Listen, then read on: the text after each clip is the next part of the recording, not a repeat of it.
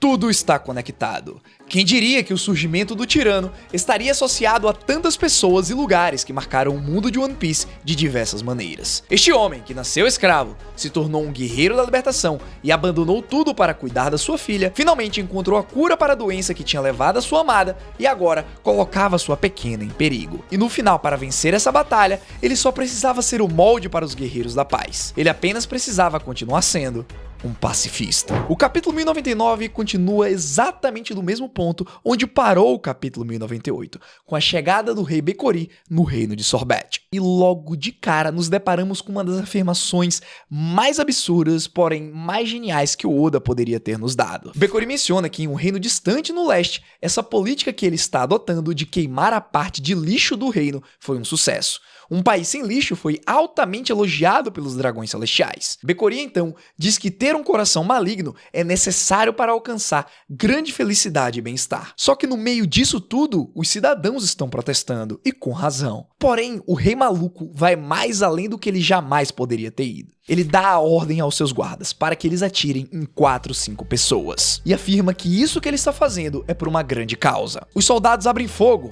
mas então Kuma chega.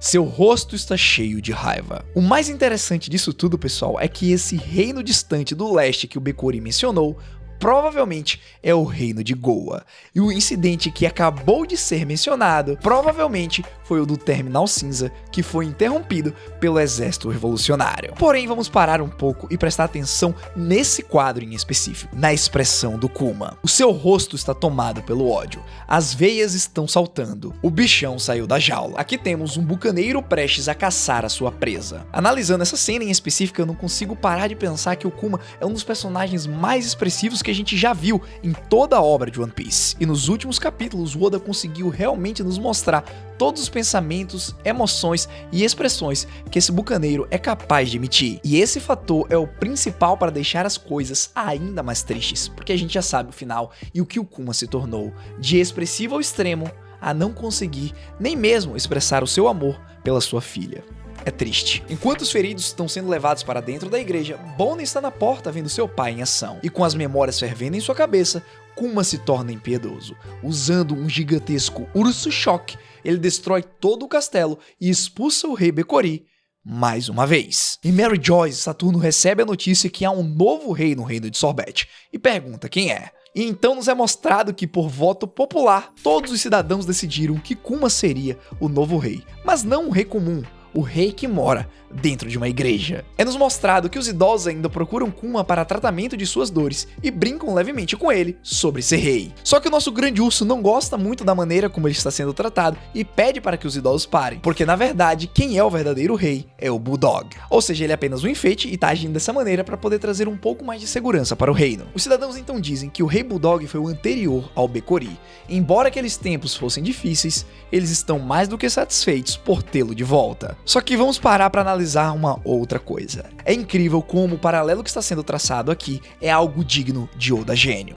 Em todas as partes da vida do Kuma, Saturn esteve presente, e é por isso que está sendo tão teorizado que ele é o responsável pela doença das escamas de Safira. Primeiro motivo disso é porque ele é o deus guerreiro da defesa científica. E se o Queen, que era um Zé Ninguém, conseguia elaborar vários tipos de vírus, imagine então o que um Gorosei consegue fazer com toda a tecnologia e recursos que lhe é disponível. O segundo motivo é que a Safira está ligado diretamente ao planeta Saturno. Só que isso não quer dizer que o Jay Garcia tenha sido aquele que sequestrou a Jeanne e é o pai biológico da Bonnie. Ele pode apenas ter feito um experimento, mas claro que isso não exclui nenhuma chance. Mas caso isso se torne real, nada seria mais lindo do que ver a queda do velho ancião pelas mãos da pessoa que o Kuma sempre admirou, ou seja, Nika. E assim, ele saberia que tudo o que ele fez durante sua vida teve um motivo real e no fim fez sentido. Continuando, nós vemos uma jovem menina correndo e gritando. Os mais velhos estão se perguntando quem ela era.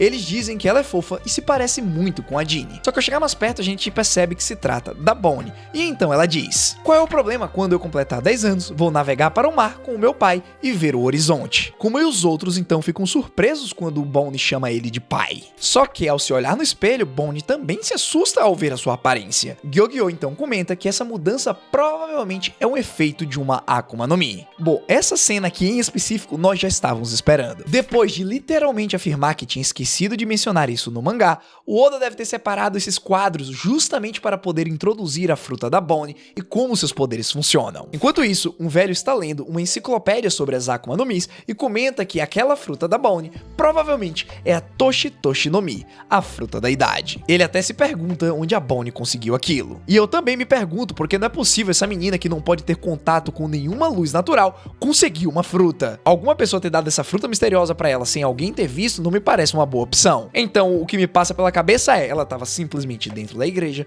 quando de repente em um belo dia uma fruta spawnou na sua frente e ela comeu, adquirindo assim os seus poderes. Bom, não que isso seja muito importante, mas me parece meio bizarro. Na sequência, vemos que Bonnie está se esforçando para envelhecer. Kuma está preocupada e chorando porque ela está tentando chegar aos 10 anos, que seria a idade que, como vimos lá no capítulo anterior, a Bonnie entendeu exatamente o contrário do que aconteceria. Ao invés de se preocupar com a sua morte, agora ela está ansiosa em ter essa idade porque, teoricamente, ela estaria curada. Continuando, vemos o Rei Bulldog visitando a igreja do Kuma. Mais uma vez, Gyogyo fica surpresa ao ver que Bonnie conseguiu usar sua habilidade para envelhecer, até se tornar uma mulher idosa. Mas na verdade, essa não era Bonnie. Era a mãe do Rei Bulldog. O rei então se apresenta a Bonnie e diz que tem assuntos a tratar com seu pai. Só para deixar claro e aquecer um pouco a memória de vocês, essa aparência que estamos vendo da Bonnie neste momento é a mesma que ela utilizou para invadir a terra sagrada de Mary Joyce. Lá ela estava se disfarçando de Connie. Na sequência, o Rei Bulldog então revela que o Kuma está sendo tratado como o governante maligno pelos jornais. E também há informações de que o Rei Bekori mais uma vez irá retornar para Sorbet,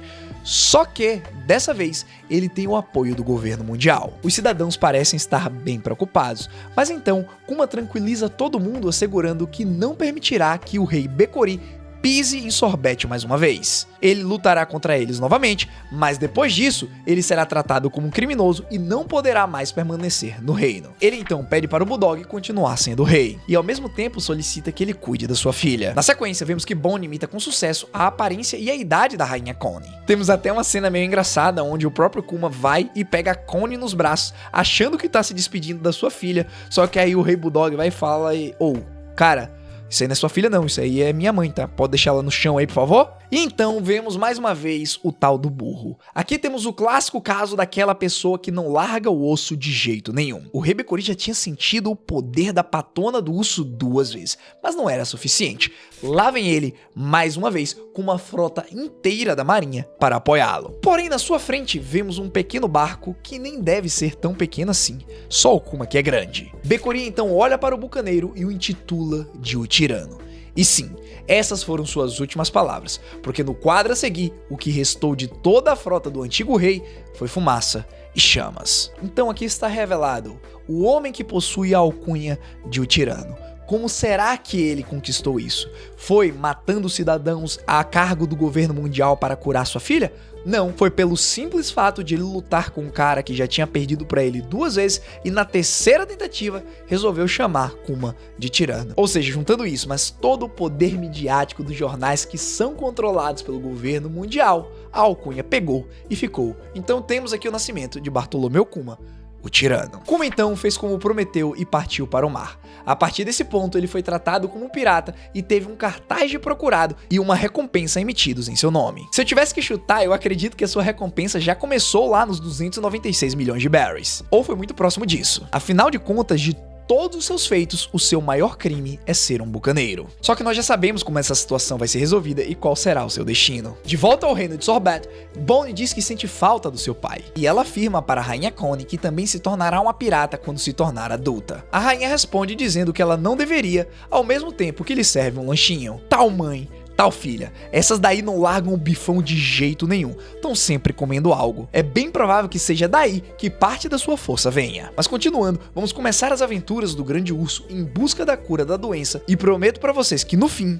tudo até agora fará sentido. Kuma visita o reino de Torino no South Blue e pergunta aos cidadãos se sabem algo sobre a doença da escama de Safira. Só pra deixar claro que isso daí foi o lugar que Kuma enviou o Chopper naquele evento lá em Sabaody para que a nossa querida rena comedora de algodão doce passasse o seu time skip. Na sequência é mostrado o nosso grande urso indo até a ilha de Kuragaina, famosa ilha do Mihawk, onde Zoro passou os 2 anos. No meio da sua viagem, Abudala e Jit, aqueles 2 caçadores de recompensa que se tornaram gladiadores e se juntaram na corrida Coliseu no arco de Dressrosa tentaram emboscar o Grande Urso, porém as coisas acabaram não saindo muito bem para eles. Esses foram outros dois que foram obrigados a sentir a tamanha pressão da grande pata de urso. Apenas um urso-choque foi suficiente para acabar com essa graça. Então, vimos Kuma visitando a ilha de Karakuri, mais especificamente em Baltimore, a ilha natal de Vegapunk e onde Frank passou os 2 anos do time skip. Depois ele passou em Tequila Wolf, para onde Robin foi enviada. Kuma também visita Witheria, uma ilha no céu artificial, para onde Nami foi enviada e fala com Haredas. E por último, nosso grande urso aparece conversando com Heracles no arquipélago Boin, onde o God Usopp passou seus 2 anos. Aparentemente, por mais que ele tenha viajado e conhecido muitas pessoas e passado por muitos lugares,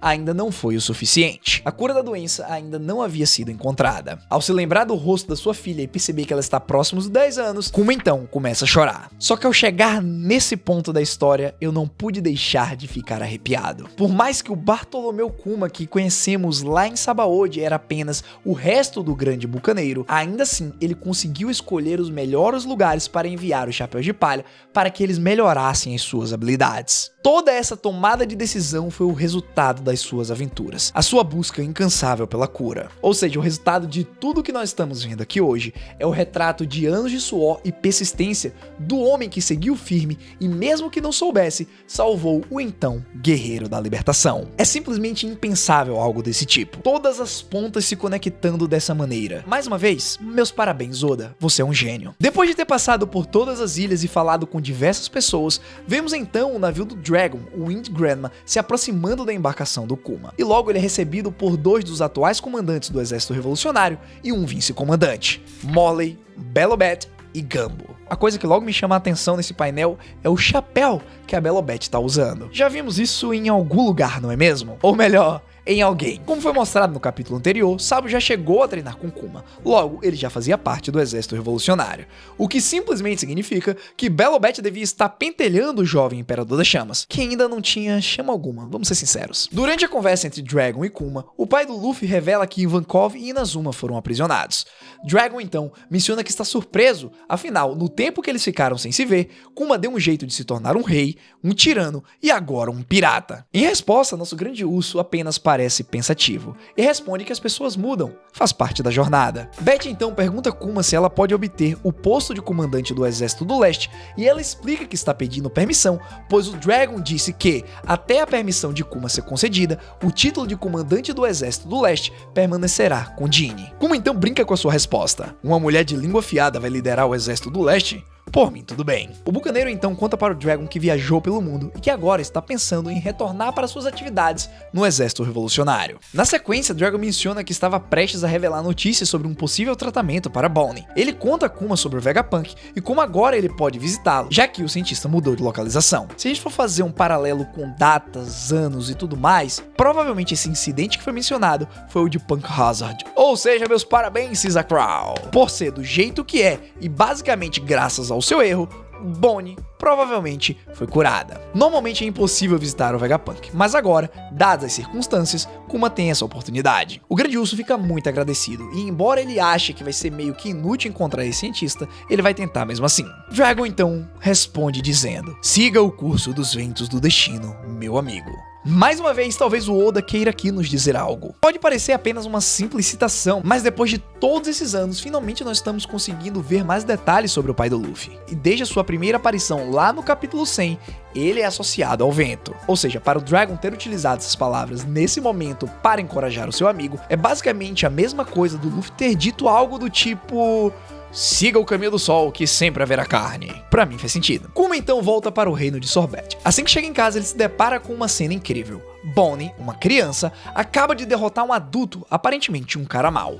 Ao ver isso, Kuma rapidamente a elogia. E nessa cena, estampando essa vitória, nós temos a camisa da Bonnie, que mais uma vez eu não posso deixar de comentar. Tá escrito Live to Eat, o que significa viver para comer. É realmente uma mini Ginny. A reunião dos dois agora é definitiva, porque então, pai e filha partem para encontrar um certo médico. Eles estão indo para o 8º laboratório de pesquisa científica da Marinha, o lugar que mais tarde viria viria a ser conhecido como Egghead. Ao chegar na Ilha do Futuro, temos uma cena bem estranha. Vegapunk fica chocado ao ver Kuma e pergunta se um humano assim existe. Kuma está surpreso da mesma forma. Afinal, vocês já viram o tamanho da cabeça do tio Vega naquela época? Tudo bem que ele é usuário da fruta do cérebro, mas até mesmo para os padrões do mundo de One Piece, é meio estranho. A primeira reação da Bonnie ao ver o Vegapunk é de nojo, o que é de certa forma engraçado, até porque pouco tempo atrás ela estava tentando matar o cientista. Vegapunk fica impressionado com o físico de Kuma e pede para obter uma amostra dos seus músculos em nome do avanço científico. Ele também menciona que a Bonnie é uma criança atrevida, mas que não se importa com isso. Enquanto passamos por uma cena fofa da Bonnie brincando com o machado do Sentomaru, Vegapunk elogia Kuma por ter impedido o avanço das escamas de Safira até agora e revela que isso pode ser curado. Ele vai fazer uso de uma espécie de tecnologia avançada, algo que ainda não está sendo utilizada no tratamento médico moderno. Enquanto Kuma estava fazendo os exames, o tio Vega explica o que fará para curar a Bonnie. Ele diz que criará novas células tronco e depois irá transplantá-las, porém, isso custa muito dinheiro e compara o custo disso com criar um ciborgue. Quanto mais tempo a gente passa dentro desse arco, mais eu tendo a pensar que a tecnologia que o Vegapunk utiliza do século perdido é muito parecido com a tecnologia que nós temos no nosso mundo atual. Criação e transplante de células-tronco é uma área amplamente discutida e desenvolvida nos últimos 10 anos. Continuando, Vegapunk vê o resultado da análise de sangue do Kuma e fica chocado, perguntando se ele é realmente um bucaneiro e também não entende por que alguém que foi caçado pelo governo está se envolvendo com um homem que trabalha para o governo. Kuma então só responde que confia no Dragon e pergunta qual é a diferença do seu sangue para o de um humano normal. Mas, infelizmente, o tio Punk diz que ainda não tem uma amostra que possa explicar isso em detalhes. Vegapunk então pede a Kuma para se tornar o modelo de seu exército de clones. Ele diz que estava procurando o candidato perfeito e que se o bucaneiro concordar com seus termos, ele fará o tratamento da Bonnie gratuitamente. O mais legal de tudo é que o Vegapunk ainda tem a cara de pau de falar: além disso, você não tem dinheiro mesmo, certo? Eu não pude deixar de notar que nesse momento as personalidades do Shaka, da Lilith e do York estavam sendo demonstradas na expressão do Vegapunk. Enquanto a Bonnie é mostrada brincando com o machado do Sentomaru, fazendo a arma de balança pelo que dá pra entender, Kuma diz então que faria qualquer coisa, mas tem dúvidas sobre o propósito dos clones. Então o tio Punk explica pra ele detalhadamente o que está pensando. Ele diz que os clones serão capazes de disparar lasers, derrotar piratas e se tornarão uma força da ciência. Seus corpos robustos protegerão qualquer um de balas e se tornarão o herói dos cidadãos. Dá pra perceber aqui que o Vegapunk tá meio que sonhando acordado, porém, independente dele ser um lunático que só se importa com seus experimentos, aparentemente tudo que ele desenvolve tem um propósito maior. Kuma então fica satisfeito com a explicação e expressa que se esses clones que se parecem com ele salvarem a vida de outras pessoas, então seu nascimento nesse mundo teria um significado. Dizendo isso então, ele expressa a gratidão que ele tem